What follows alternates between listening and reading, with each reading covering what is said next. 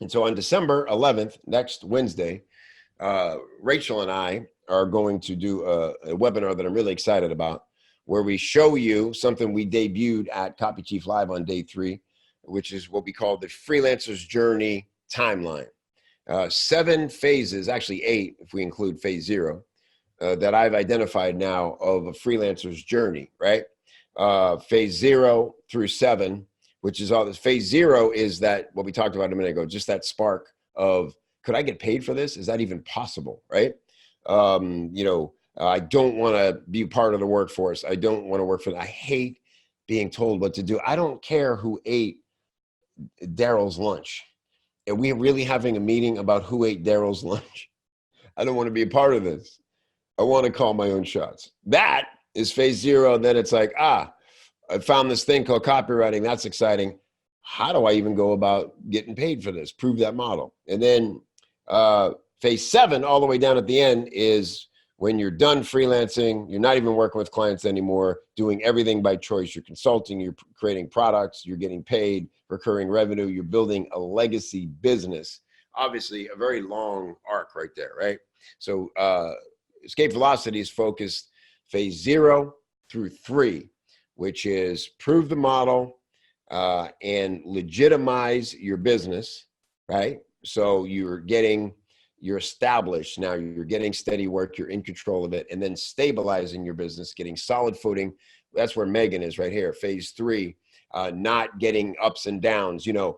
We get this work and it's great and cool. We're good for a while. And then we get busy doing the work and we forget to market our business. We forget that, oh man, I got these 4 other jobs aside of just writing copy and strategizing sales campaigns for my client. I got to actually go out and I got to do my bookkeeping and I got to market my business and I got to get on the phone and close new clients and do all these things. That's the rub about freelancing, man, is that we do get into it because we want to do the thing we love. And then we discover, oh, I actually have to run a business here and it requires like 4 or 5 jobs. 3 of them I don't want to do. I ain't even qualified to do, but I'm not in a position yet till I can hire that out. So I got to learn. I got to figure it out. I got to know how to divvy up my time during the week so I get all those things done. Most importantly, marketing yourself so that those leads are always coming in. It's great to say no. It's good to say no. If you're booked and you can't take on more clients, hallelujah. Hand them off to someone else who's not where you are yet, right? How great is it for your authority to be able to hand off leads to other copywriters? Awesome. Other freelancers. Awesome. But don't, stop the lead flow from coming in, because then you're on a few retainers. Something gets, interrupted. Client has a life interruption, or his business partner, gets arrested in some crazy drug sting and they can't pay you no more. And all of a sudden, I've had, man, things like humming. Anybody who's been in freelancing more than, 5 years, over a decade like I did, you will have a time when you're like set. You don't need to think about nothing for like 3-4 months, calendar's booked. And all of a sudden, like in an afternoon, somehow 2 or 3 of those gigs evaporate. Even though you got contracts and agreements and things, people just tell you, I don't care what's on paper, we ain't doing this gig because this thing just happened and I'm in crisis mode, and so deal with it. And then, what do you do? So never stop the lead flow. So that's what Escape Velocity is about. Just getting that lift off, setting yourself up from the beginning with a business plan so that you don't get caught in these gaps. You don't get stuck with no work when you need it most. And so that's what's happening with Escape Velocity. So purpose. Find a purpose for your writing, which is thinking about, what do I focus on?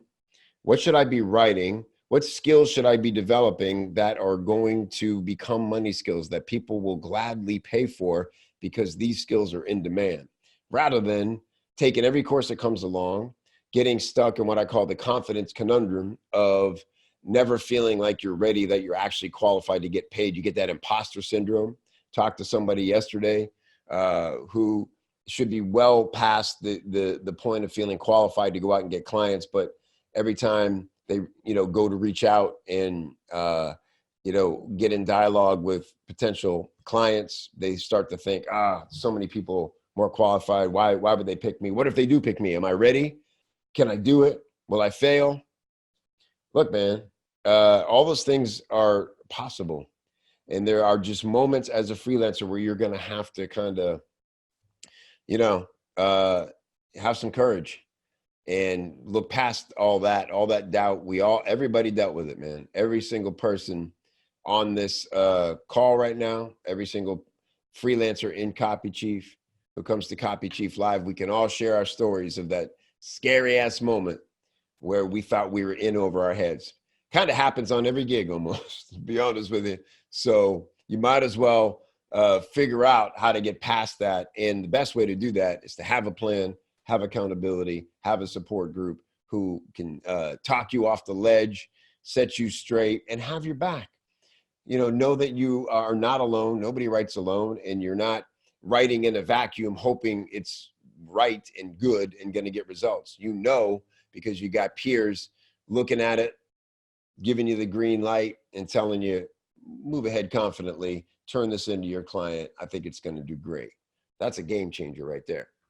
So that's what's on my mind. That's all my best stuff. December 11th, come check out the Freelancers Journey timeline. We're going to help you identify exactly where you are in the 7 phases in your freelance career right now. And the cool thing about the timeline, in the little bit that Rachel and I have shared it already, is every freelancer who sees it knows exactly where they are on the timeline, right? Exactly.